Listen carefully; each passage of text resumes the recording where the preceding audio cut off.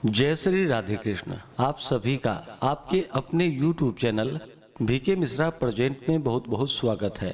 आइए आज आप सब सुनेंगे श्रावण मास महात्म्य कथा में 10वें अध्याय की कथा। अब तक आपने पिछले अध्यायों का कथा श्रवण नहीं किया हो तो चैनल पे वीडियो अपलोड है या चैनल पे श्रावण मास महात्म्य कथा के नाम से प्लेलिस्ट बनाया गया है।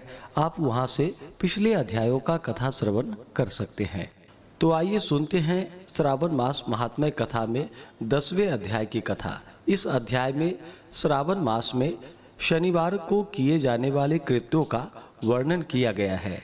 तो बोलिए प्रेम से भगवान भोलेनाथ की जय, माता पार्वती की जय, सर्वदेवी देवता की जय। ईश्वर बोले कि हे सनत कुमार, अब मैं आपसे शनिवार व्रत की विधि का वर्णन करूंगा, जिसका अनुष्ठान करने से मंदत्व नहीं होता है। श्रावण मास में शनिवार के दिन नृसिंह, शनि तथा अंजनी पुत्र हनुमान, इन तीनों देवताओं का पूजन करना चाहिए। दीवार पर अथवा स्तंभ पर नृसिंह की सुंदर प्रतिमा बनाकर हल्दी युक्त चंदन से और नीले, लाल तथा पीले सुंदर पुष्पों से लक्ष्मी सहित जगतपति नृसिंह भगवान की भली भांति पूजन करके उन्हें खिचड़ी का नैवेद्य तथा कुंजर नामक शाक का भोग अर्पण करना चाहिए। उसी को स्वयं भी खाना चाहिए और ब्राह्मणों को भी खिलाना चाहिए। तिल का तेल तथा घृत स्नान भगवान नृसिंह को प्रिय है। शनिवार के दिन तिल सभी कार्यों के लिए प्रशस्त है। शनिवार के दिन तिल के तेल से ब्राह्मणों तथा सुवासिनियों स्त्रियों को उट्टन लगाना चाहिए तथा कुटुंब सहित स्वयं भी संपूर्ण शरीर में तेल लगाकर स्नान करना चाहिए तथा उड़द का भोजन ग्रहण करना चाहिए। इससे भगवान नृसिंह प्रसन्न होते हैं। इस प्रकार श्रावण मास में चारों शनिवारों में इस व्रत को करना चाहिए। जो ऐसा करता है उसके घर में स्थिर लक्ष्मी का वास रहता है और धन धान्य की समृद्धि होती है। पुत्रहीन व्यक्ति पुत्र वाला हो जाता है और इस लोक में सुख भोग कर अंत में वैकुंठ प्राप्त करता है। नृसिंह की कृपा से मनुष्य की चारों दिशाओं में व्याप्त रहने वाली उत्तम कृति होती है। हे सौम्य, मैंने आपसे नृसिंह का यह उत्तम व्रत कहा। हे सनत कुमार, अब शनि की प्रसन्नता के लिए जो करना चाहिए उसे सुनिए। एक लंगड़े ब्राह्मण और उसके अभाव में किसी ब्राह्मण के शरीर में तिल का तेल लगाकर उसे उष्ण जल से स्नान कराना चाहिए और श्रद्धा पूर्वक नृसिंह के लिए बताए गए अन्न अर्थात खिचड़ी उन्हें खिलानी चाहिए। इसके बाद तेल, लोहा, काला तिल, काला उड़द, काला कंबल प्रदान करना चाहिए। इसके बाद व्रती यह कहे कि मैंने यह सब शनि की प्रसन्नता के लिए किया है, शनिदेव मुझ पर प्रसन्न हो। उसके बाद तिल के तेल से शनि का अभिषेक करना चाहिए। उनके पूजन में तिल तथा उड़द के अक्षत चावल जो कि प्रशस्त माने गए हैं। हे मुने, अब मैं शनि का ध्यान बतलाऊंगा, आप ध्यान पूर्वक सुनिए। शनैश्चर कृष्ण वर्ण वाले हैं, मंद गति वाले हैं, काश्यप गोत्र वाले हैं, सौराष्ट्र देश में पैदा हुए हैं, सूर्य पुत्र हैं, वर देने वाले हैं, दंड के समान आकार वाले मंडल में स्थित है, इंद्र नीलमणि तुल्य कांति वाले हैं, हाथों में धनुष बाण त्रिशूल धारण किए हुए हैं, गिद्ध पर आरूढ़ हैं, यम इनके अधिदेवता हैं, ब्रह्मा इनके प्रत्यादि देवता हैं। ये कस्तूरी, अगोरू का गंध तथा गुगुल का धूप ग्रहण करते हैं। इन्हें खिचड़ी प्रिय है। इस प्रकार ध्यान की विधि कही गई है। इनके पूजन के लिए लौहमयी सुंदर प्रतिमा बनानी चाहिए। हे द्विजश्रेष्ठ, इनके निमित्त की गई पूजा में कृष्ण अर्थात काली वस्तु का दान करना चाहिए। ब्राह्मण को काले रंग के 2 वस्त्र देनी चाहिए और काले बछड़े सहित काली गौ प्रदान करनी चाहिए।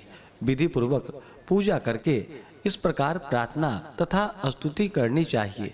आराधना से संतुष्ट होकर जिन्होंने नष्ट राज्य वाले राजा नील को उनका महान राज्य पुनः प्रदान कर दिया, वे शनिदेव मुझ पर प्रसन्न हो। नील अंजन के समान वर्ण वाले, मंद गति से चलने वाले और छाया देवी तथा सूर्य से उत्पन्न होने वाले उन शनैश्चर को मैं नमस्कार करता हूँ। मंडल में कोण में स्थित आपको नमस्कार है। पिंगल नाम वाले आप शनि को नमस्कार है। हे देवेश, मुझ दीन तथा शरणागत पर कृपा कीजिए। इस प्रकार स्तुति से प्रार्थना करके बार बार प्रणाम करना चाहिए। 3 वर्णों ब्राह्मण, क्षत्रिय, वैश्य के लिए शनि के पूजन में शन्नो देवी इस वैदिक मंत्र का प्रयोग बतलाया गया है और शूद्रों के लिए पूजन में नाम मंत्र का प्रयोग बताया गया है। जो व्यक्ति दत्तचित्त होकर इस विधि से शनि देव का पूजन करेगा, उसे स्वप्न में भी शनि का भय नहीं होता। हे विप्र, जो मनुष्य श्रावण मास में प्रत्येक शनिवार के दिन भक्ति पूर्वक इस विधि से इस व्रत को करेंगे, उन्हें शनैश्चर के द्वारा लेश मात्र भी कष्ट नहीं होगा। जन्म राशि से पहले दूसरे, चौथे, 5वें, 7वें, 8वें, 9वें अथवा 12वें स्थान में स्थित शनि सदा कष्ट पहुंचाता है। शनि की शांति के लिए क्षमाग्नि इस मंत्र का जप कराना बतलाया गया है। उसकी प्रसन्नता के लिए इंद्र नील मणि का दान करना चाहिए। हे सनत कुमार, इसके बाद अब मैं हनुमान जी की प्रसन्नता के लिए विधि का वर्णन करूंगा। हनुमान जी की प्रसन्नता के लिए श्रावण मास में शनिवार को रुद्र मंत्र के द्वारा तेल से उनका अभिषेक करना चाहिए। तेल में मिश्रित सिंदूर का लेप उन्हें समर्पित करनी चाहिए।